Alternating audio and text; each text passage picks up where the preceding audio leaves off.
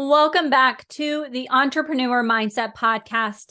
The past few episodes, we have been talking about something that most of us have a love-hate relationship with: social media. In episode 115, we talked about how social media can really expand your reach.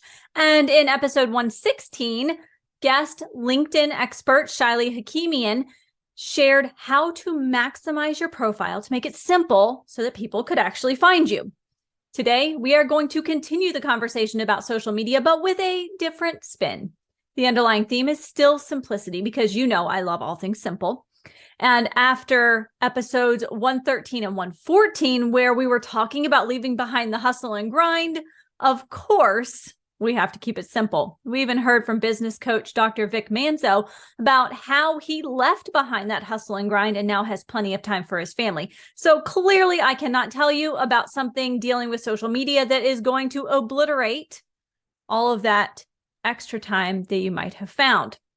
So what is today all about? Well, it's about community in social media. It's all about engagement and building a community who supports you and whom you support. I'm Dr. Moore, a college psych professor, homeschooling mom, and entrepreneur, and I've spent the past 10 years learning how to balance everything. Here on the Entrepreneur Mindset Podcast, I'll share the ins and outs of maintaining a growth mindset and saying hello to grit, that thing that will get you to your long-term vision despite challenges and busy schedules. After all, you got into business to do more good in the world, right? So let's get started. I'm going to keep this episode short because I want you to spend time on social media this week exploring what people are doing. Yep, I want you to do a little bit of reconnaissance, but I'm going to give you some guidelines so that it does not blow out of proportion. Social media was first created as a way to really connect with your family and friends. Do you remember the days of MySpace? I know I have just dated myself saying something about MySpace. I didn't even know it still existed in any way, shape, or form until I did a quick Google search, getting my notes ready for today's show. But okay, regardless of whether or not MySpace still exists, it was all about connection. It was all about allowing family and friends to be together even when they weren't co-located. Social media has its foundation in that power of connection and community. And as the platforms have grown and evolved, so has our ability to connect outside of our direct circle of family and friends. We can now meet and connect with people around the world, which has a lot of benefits, but it also has a few drawbacks. So let me quickly run through a couple drawbacks as I see them, at least. And then let's talk about those positives of social media and how you can really start to emphasize the concept of community in your use of social media, especially in your business. So first up, drawbacks, because we really cannot ignore the elephant in the room. Here is the biggest drawback from my opinion. You can get some really strange connection requests. Let me say this to everyone who is listening. You do not have to accept the strange, unwelcome friend requests on any platform. Just say no. Don't worry about offending anyone. Don't worry about anyone else's opinion. It is your choice whether you accept that strange, unwelcome friend request or not. It's okay to unfriend someone who you thought maybe would be a good connection, but then all they wanted to do was sell to you in the DMs. You can unfriend them. It's okay. So if you need permission, here it is. Just unfriend them. Just say no. It's okay. Another drawback is that social media can quickly consume your life. How many times have you been leaning against the kitchen counter, getting dinner ready, and you start kind of scrolling through Facebook or Instagram, and you look up and the onions that you've been sweating in the pan, oh, they're not just sweated, they're burned to a crisp. Yeah, we've all been there, or at least I have. If you haven't, well, I'm proud of you, but I have been there. I have definitely burned the onions in the pan because I got sucked into something on social media. And that is definitely one of the drawbacks of social media. It is designed to become addictive, to draw you in and keep that attention, keep you on the platform. And it's exactly why I invited Instagram expert Kendra Swalls to share more about how to make the most of your time on social media with a data-driven approach. And you are going to be able to learn from her, hear more from her on Thursday. So for now, I'm just going to leave that drawback aside. I'm just going to put it aside and let's scoot forward into some of the positives.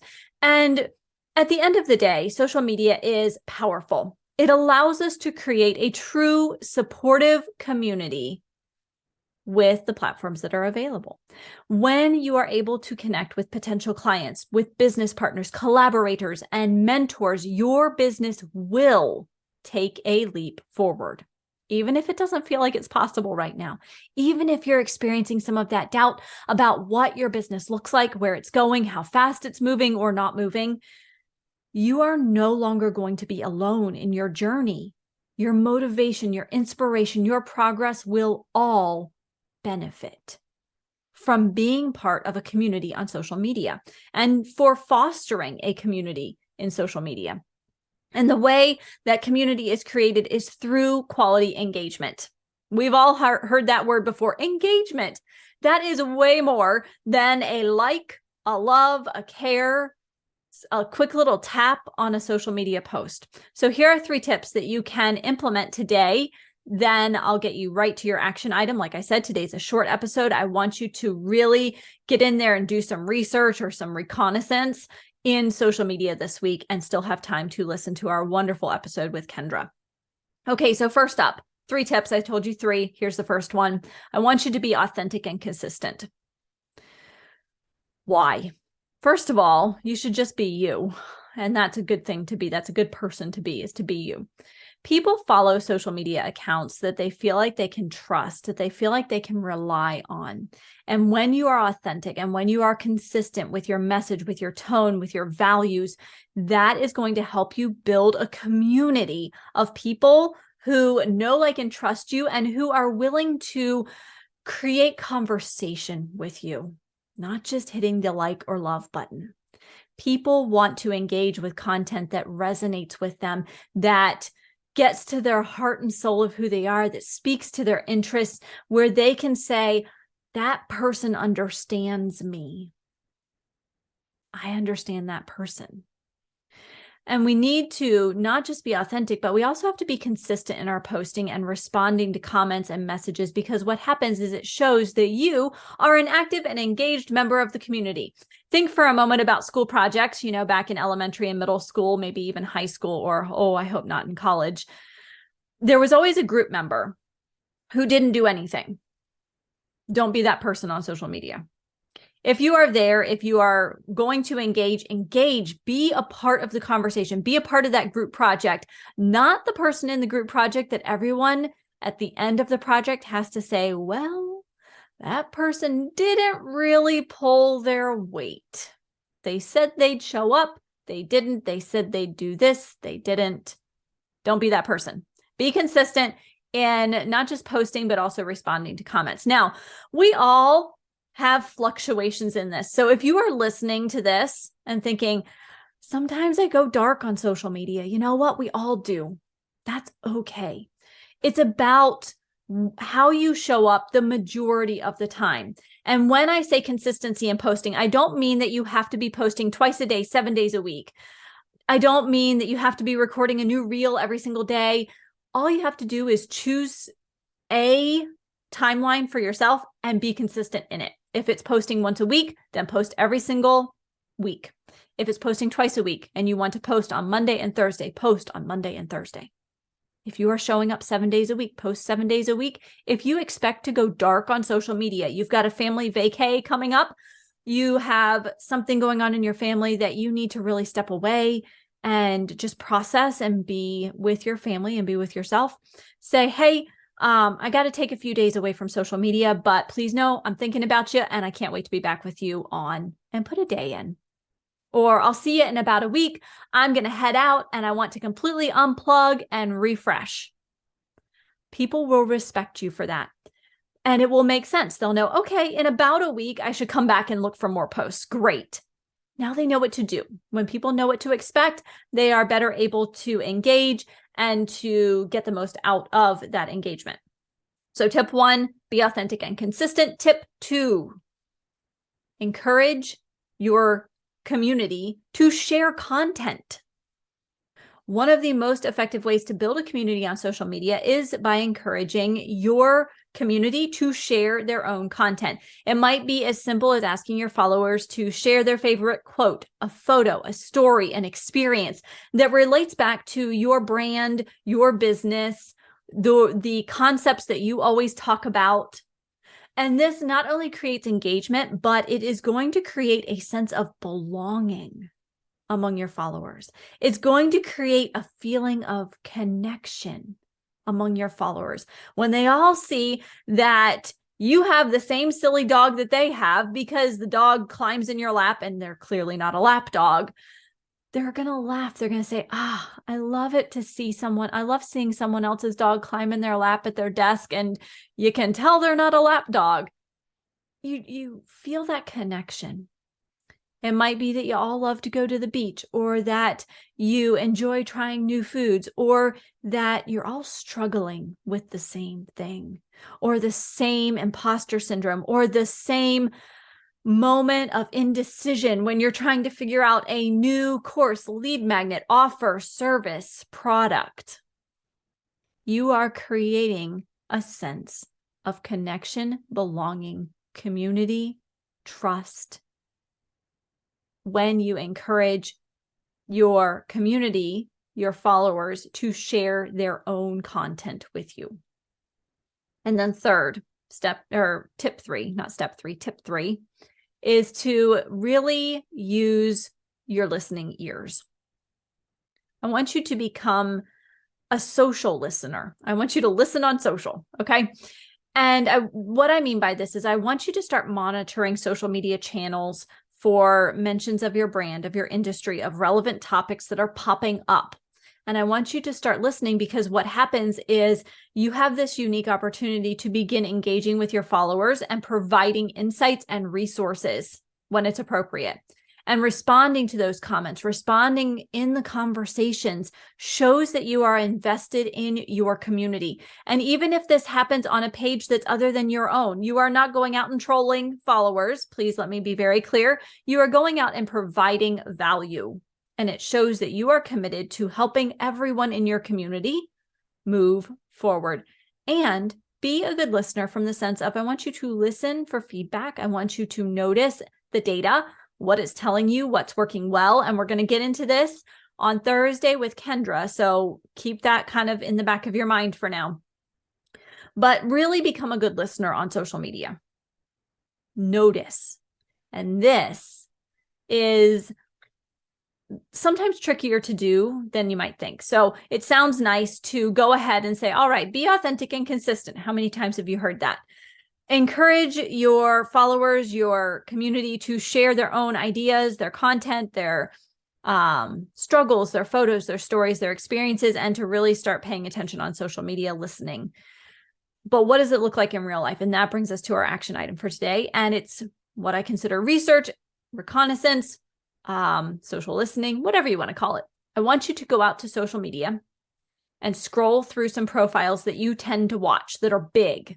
Okay. And I want you to learn from them. I want you to engage with them. But even more importantly, I want you to notice some things. Okay. So I usually follow, when I'm doing this kind of research or reconnaissance, I will go to a few top favorites that I always check out. One is Jasmine Star. And we've talked about Jasmine in the past. I have an episode on Social Curator, which is her software as a service business. Awesome for helping you get content ideas for social media. So go check that out. I'll put the episode number to that episode in the show notes for this.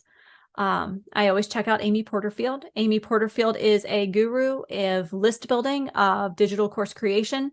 And she actually just launched her brand new book, 2 weeks notice, two weeks wait.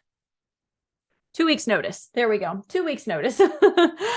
And talking about starting that side hustle. And then I also check out Stu McLaren, who is the membership guy. He is fantastic at building and sustaining and growing memberships. And he actually has the membership experience. His main signature course will be opening up here end of April. So I'll keep you updated on that. So I check out Jasmine Starr, Amy Porterfield, and Stu McLaren for research purposes. They have large following. They have a great engagement, and you can see what they do in the comments to continue encouraging that great engagement and that following to grow. I want you to take notes. I want you to understand what posts and styles were most interactive for them. I want you to think about what the person that you're looking at did to help build community. And then I want you to apply one thing you've learned to a post of your own this week in Facebook or Instagram, and I want you to tag me in the comments. On Instagram or Facebook, you can tag me at Entrepreneurs in Flow, and I will be able to see your post. I can comment. I can help you get that engagement going. So please be sure this week you are going to create a post that helps you to start building your community or to grow your community on social media. And do the research. Do the research. Don't just go post. Do the research first.